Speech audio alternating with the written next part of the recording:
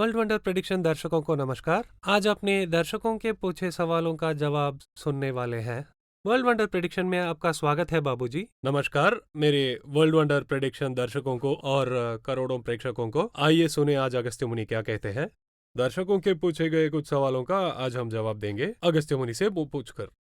बाबूजी, आज हमारे दर्शकों ने कुछ सवाल पूछे हैं और आपसे हम उसके जवाब चाहते हैं। बाबूजी, मलेशियन एयरलाइंस 370 2014 मार्च 8 तारीख को समंदर में डूब गया था अपने रास्ते से यू टर्न लेने के बाद। उसके उड़ान लेने के बाद क्या क्या घटनाएं घटी थी?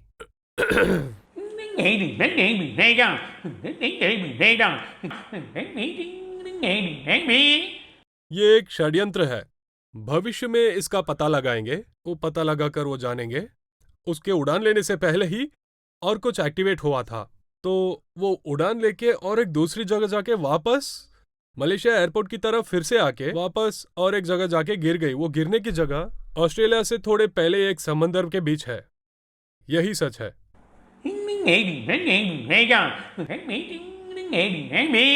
ऑस्ट्रेलिया से लगभग 1000 किलोमीटर दूर समंदर में वो डूबकर वो बहुत गहराई में चली गई, ऐसे कहते हैं। किसी आतंकवादियों ने इसको हाईजैक किया क्या?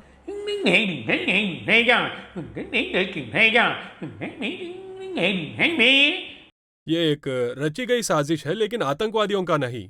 ये एक रची गई साजिश, षड्यंत्र है, आतंकवादी नहीं। विमान के अंदर क्या हुआ था?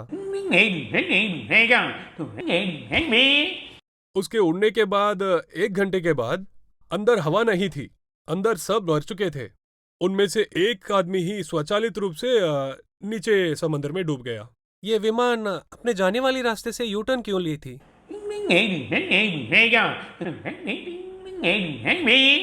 वो पहले दूसरा रास्ता जाना चाहता था, लेकिन वो रास्ता बदलकर वो पायलट विमान चलाने लगे। उसमें कुछ तकनीकी खराबियां थी क्या?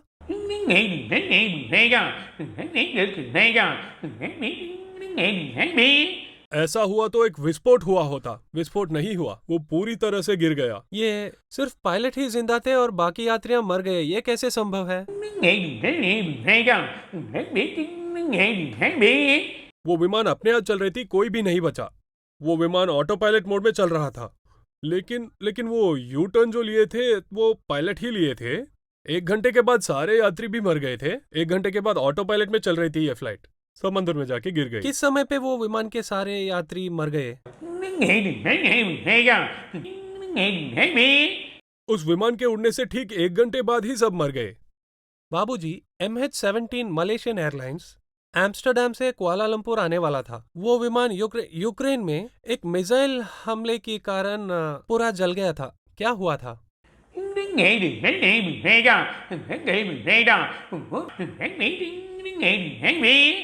यूक्रेन ने उसे लड़ाकू विमान समझकर गिरा दिया। ये बात तो सच है।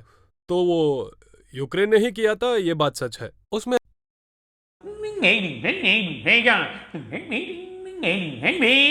और कोई साजिश नहीं। सर, इंडोनेशिया के लायन एयरलाइंस का एक विमान समंदर में डूब गया था। उस विमान में जो यात्रियां थे उन्होंने कुछ वीडियो लिए और वो अपलोड किए, वो हम देख चुके हैं। असल में उस विमान को क्या हुआ था? उसका इंजन बिल्कुल खराब था। उसका इंजन काम नहीं कर रहा था, इसीलिए वो विमान जाके समंदर में गिर गया। तो उसमें कुछ षड्यंत्र नहीं है क्या? नहीं, वैसा कुछ नहीं है। हीलियोस 522 नामक विमान 2005 अगस्त 14 तारीख को साइप्रस से प्राग देश को जा रही थी। ये एक पहाड़ से टकरा गई और सब लोग मर गए थे। उस हादसे में क्या हुआ था?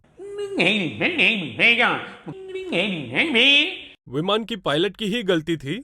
उस विमान को उड़ाते समय इंजन को ऊपर नहीं उठाया। उस इंजन को बिना उठाए ही वो चला रहे थे, इसीलिए वो हादसा हुआ। तो इसलिए वो विमान जाके टकरा गई वो पहाड़ से। वो फ्लाइट की बॉडी टकरा के टुकड़ों में बिखर गई। पायलट की ही गलती थी। उस विमान के पायलट की ही गलती थी, ऐसा कहते हैं। इसमें भी कुछ साजिश नहीं थी ना?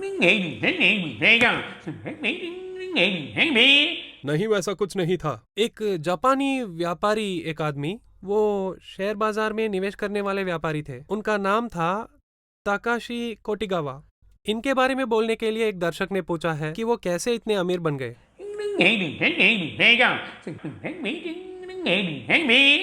बचपन से ही उन्होंने बहुत मेहनत और परिश्रम किया था, तो इसीलिए उसी के कारण वो अमीर बन गए। उन्होंने जो कुछ भी किया उसमें सफल ही हुए। उनके सारे व्यापारों में उन्होंने जीत हासिल किया। कुछ व्यापारों में निवेश करके उसे बड़ा व्यापार बना के उसे बढ़ा के उन्होंने अपने मन में जैसा सोचा था उतने हद तक जाके उतना सफल हुए, मेहनत और परिश्रम करके। इन्होंने कैसे शेयर बाजार में इतना पैसा कमाया?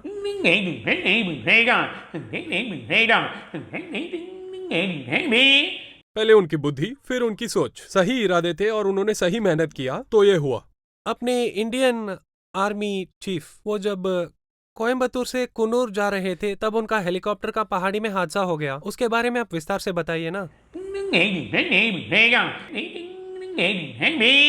देखिए, उस पायलट ने हेलीकॉप्टर को ठीक ही चलाया, लेकिन उन्होंने चलाते समय पहाड़ के एक हिस्सा को नहीं देखा।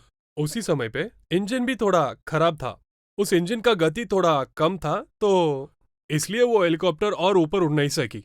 उन्होंने सोचा कि वो निकल जाएगा, लेकिन वो टक्कर खा के गिर गई। वो सिर्फ एक हादसा है, इसमें कोई साजिश नहीं है। तो उस इंजन की तकनीकी खराबी ही एकमात्र कारण था ना? हाँ, वही वजह था। नंबी नारायण नामक वैज्ञानिक गिरफ्तार किए गए थे देशद्रोही मामले में। इसमें दूसरे देशों की कोई साजिश है क्या? उन्हें बाद में तो जेल में से छोड़ दिए। बाहरी देशों की साजिश है क्या उनकी गिरफ्तार के पीछे?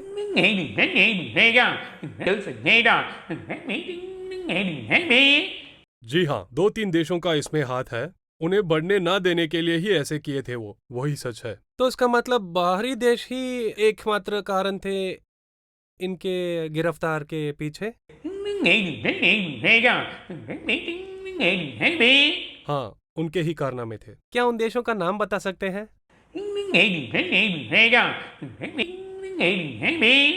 अमेरिका, ब्रिटेन और लंदन भी, ये 3 देश, खास करके अमेरिका। अब क्रिकेट, पाकिस्तान के क्रिकेट कोच बॉब वुलमर एक कमरे में मरे हुए पाए थे। उनके मौत का क्या कारण था?